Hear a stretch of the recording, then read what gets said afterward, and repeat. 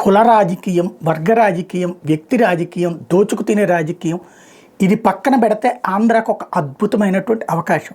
ప్రత్యేకించి కేంద్ర ప్రభుత్వం ఆంధ్ర మీద కాన్సన్ట్రేట్ చేయడానికి, ఆంధ్రాకి 1,50,000 కోట్ల రూపాయల మౌలిక సదుపాయాల కల్పన కోసం నిధులు కేటాయించడానికి, అట్లాగే స్పెషల్ ఎకనామిక్ జోన్స్ కేటాయిస్తుండటానికి, అలాగే దేశంలోనే అత్యంత కీలకమైనటువంటి వస్తామన్నటువంటి ప్రతిదాన్ని ఆంధ్రాకి చూజ్ చేయడానికి కారణం ఏంటంటే సౌత్ ఇండియాకి జంక్షన్ పాయింట్ కావడం ఆంధ్ర అన్నటువంటి.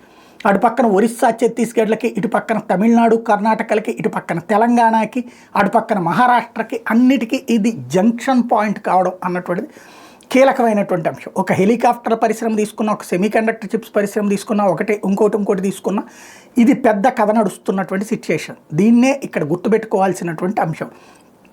ప్రధానమైనటువంటి వ్యవహారాలు ఎప్పుడూ కూడా కావాల్సింది ప్రాక్టికాలిటీ అన్నటువంటిది.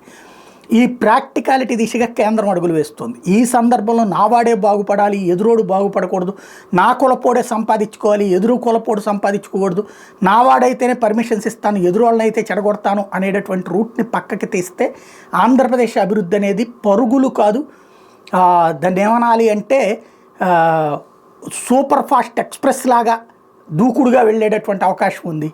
ఆ విధమైనటువంటి దృష్టి సారించాల్సిన అవసరం ఉంది. సందర్భం ఇది.